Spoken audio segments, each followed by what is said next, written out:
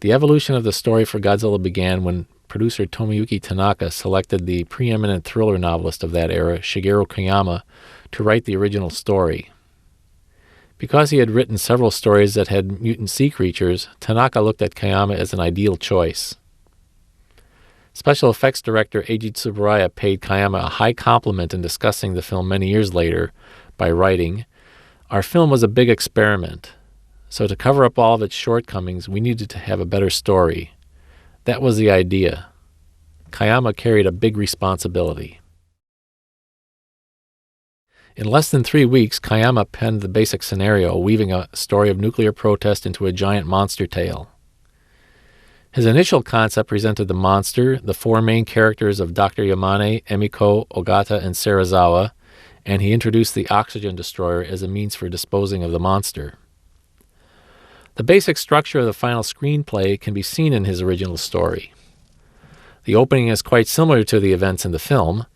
Mysterious shipping disasters, a survivor reaching Odo Island where the legend of Godzilla is introduced, Godzilla's attack on the island during a typhoon and again during daylight, the conclusion wherein Serizawa's secret is betrayed by Emiko and the scientist reluctantly deploys the oxygen destroyer to kill Godzilla in an act of suicide. All are in Koyama's original. One marked difference from the film is that the monster's appearance in the human world is motivated by hunger. Dr. Yamane does not visit Odo Island and instead deduces Godzilla's connection to the atomic bomb, eventually going on TV to disclose his findings. When Godzilla finally attacks the city, again he searches for food before returning to the ocean. Koyama's story portrays Dr. Yamane as a dark and strange character, wearing a black cape, stealing around at night, and living in a Gothic-style house, a far less respectable character. In perhaps his most eccentric moment, he tries to prevent the plan to electrocute Godzilla from succeeding by sneaking into the power station to destroy the equipment. The love triangle of the film is absent from the original story, Ogata and Emiko being engaged and Serizawa merely their close friend. Koyama's Godzilla is more of a wild animal of enormous size. While he is vague about the monster's description, he does indicate that Godzilla has huge ears that at one point flap when he is enraged. The story forgoes suspense over the monster, revealing it in the first scene and allowing the islanders to see him during the typhoon. The impression of a super-powerful monster seems subdued in Koyama's writing, and the Japanese army hardly does anything to combat the creature during its visit to Tokyo. Koyama does borrow a scene directly from the 1953 film The Beast from 20,000 Fathoms, about a dinosaur attacking a lighthouse on a foggy night, by having Godzilla become enraged by a lighthouse in Tokyo Bay and destroying it. Translating this story into a full screenplay was a task assumed by Takeo Murata and director Ishiro Honda. Murata was one of Toho's senior assistant directors and had served as both director and screenwriter. To flesh out the story, the pair locked themselves in a Japanese inn for 3 weeks, collaborating to produce a draft screenplay which would eventually undergo 2 more revisions. Once the screenplay was produced, Akira Watanabe and the art department converted the entire scenario into storyboards. To produce the nearly 300 pictorial sketches needed, several part-timers were hired, the result being that the monster's appearance varied greatly from sketch to sketch. This storyboarding technique, first used by Disney for Snow White, had never been used in Japan until this film. Since the images of Godzilla were so difficult for the staff to imagine, these sketches were necessary in order to give the staff some idea what they would be attempting to create. One obvious change from Koyama's story was to tone down the peculiar nature of Dr. Yamane. Making him an ordinary, likable, and highly respected scientist, Yamane's plea to study Godzilla not as a rare specimen, but more importantly because of its ability to survive the atomic bomb, seemed dramatically more credible. Adding the love triangle between Serizawa, Ogata, and Emiko, with Emiko's betrothal to Serizawa made by Dr. Yamane many years earlier, amplified the drama and cleverly intertwined Serizawa's personal agony and ultimate sacrifice, making him much more sympathetic. The characters of Dr. Tanabe and reporter Hagiwara were also added, which, while not major players, each played a vital role to reveal key plot points. Although Honda co-wrote the shooting script, he retained a flexible approach to filming the final draft. A number of scenes were either struck from the approved script prior to filming or were filmed but later discarded in post-production. Unfortunately, when scenes were deleted, the negatives were destroyed and the scenes were lost forever, save for a few still photographs. At one point, there was a plan to film a flashback scene of Emiko and Serizawa, showing the two of them as teenagers to establish the long-standing platonic nature of their relationship. Source materials in which these photographs appear offer conflicting accounts as to the nature of these pictures. Several sources indicate that the flashback scenes were shot and cut. Some suggest that they were dropped as being no good. Others contend that the photos were merely pre-production test photos and that they did not represent any scene to be filmed. One source has even implied that these photos were taken during the casting process when Hirata was being considered for the role of Ogata. Whatever their true nature, they offer an interesting look into an unexplored story angle. Instead of the rather abrupt sinking of the first rescue ship as seen in the film, the original plan for this scene was a bit more suspenseful. The rescue ship would be shown scouring the area with a searchlight. Finding an oily substance on the surface, they go in closer to investigate when the ocean suddenly erupts in a bright light and the ship is sunk. When Hagiwara first arrives on Odo Island to investigate the story of the ship survivors, he is surrounded by a group of children. That his inquiries as to the whereabouts of Masaji are met with laughter and giggling establishes why Masaji is so annoyed when he is interviewed.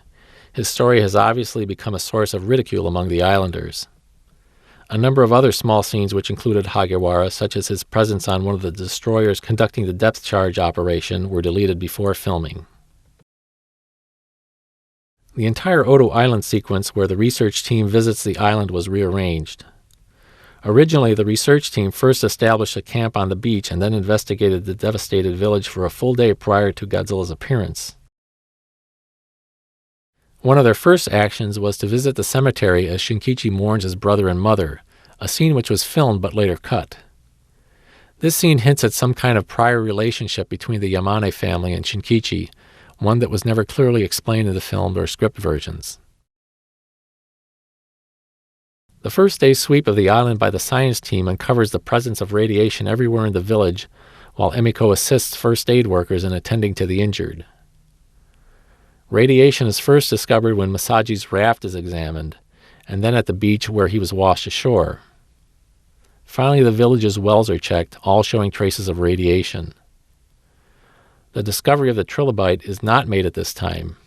Instead, an unfilmed scene inside Dr. Yamane and Emiko's tent was to have taken place the night after the initial exploration. Here the scientist hints to Emiko that he knows what was responsible for the village's destruction, though it is too fantastic for him to say yet. Godzilla's initial appearance, as originally conceived, took place the following morning. Emiko and Ogata stroll the beach before the rest of the team has awoken. As Emiko breathes in the fresh morning air, she is startled to see a huge rock in the surf suddenly begin to vibrate. When Emiko screams, Ogata notices that the boulder is indeed moving.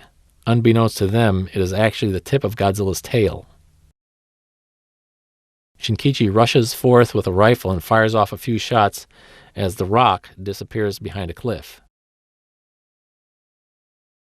A considerable amount of footage was shot for this sequence, but eventually was discarded when the entire timeline of the Odo Island scenes was reordered weeks later.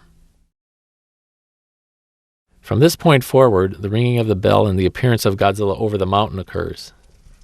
Everyone carries weapons up the mountain prepared to fight, even Emiko. The first glimpse of Godzilla was meant to be a bit more shocking.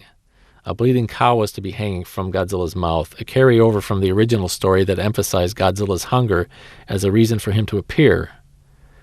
Test shots of this effect were actually taken, but after seeing rushes, cameraman Arikawa convinced Eiji Tsuburaya that the scene was just too gruesome, so they were removed.